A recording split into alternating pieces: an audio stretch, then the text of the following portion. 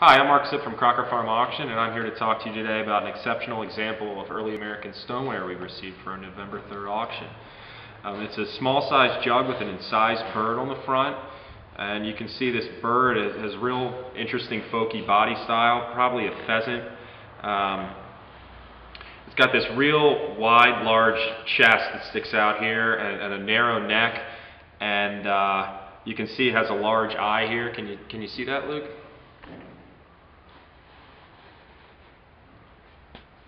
It's got this awesome, unusually large eye, and it's holding a flower in its mouth. And the wing has great detail, this cool scalloped edge with these lines cutting through it. And this tail, which I'll talk about a little bit later, is very distinctive with this scalloped end on it right here. You can see a firing flaw right here, but through that it has this kind of scalloped edge. Now, the interesting thing about this jug is, first of all, its size is fantastic, the decoration is unusual, but it's got the really important date in world history of March 17th, 1808. And March 17th, of course, is St. Patrick's Day. And judging by the form and the color of the clay and the design, this is most likely a Manhattan jug, and it was during that time in Manhattan that there were a lot of Irish immigrants coming in, and so this was probably made as somebody's personal drinking vessel in Manhattan. The design is similar but not identical to a series of jugs that were made in Manhattan by the Remy or Crolius families, and I'll show you one right here. You can see this.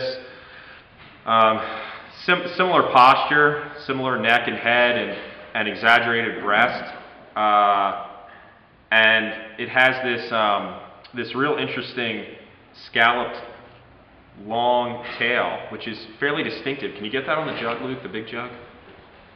Can you see that? Okay, it's got these three humps here, and that's a fairly distinctive tail formation there. And if you look at this jug, this has that same exact kind of tail.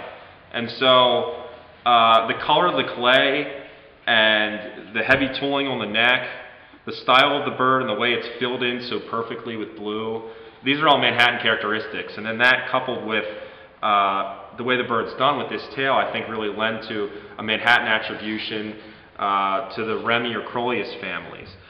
You can see also around the rim, it has this, or around the shoulder rather, it has this really interesting incised wavy line decoration, which is more typical of American redware than stoneware.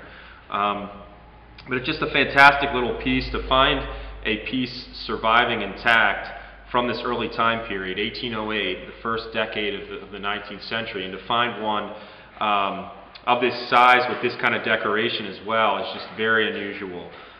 These larger jugs are hard to find as it is, but to find one this small, including a date, is just truly an exceptional piece. This piece was purchased in the early 1990s and hasn't been for sale since, and so we're very happy to get it, and we look forward to selling it on November 3rd.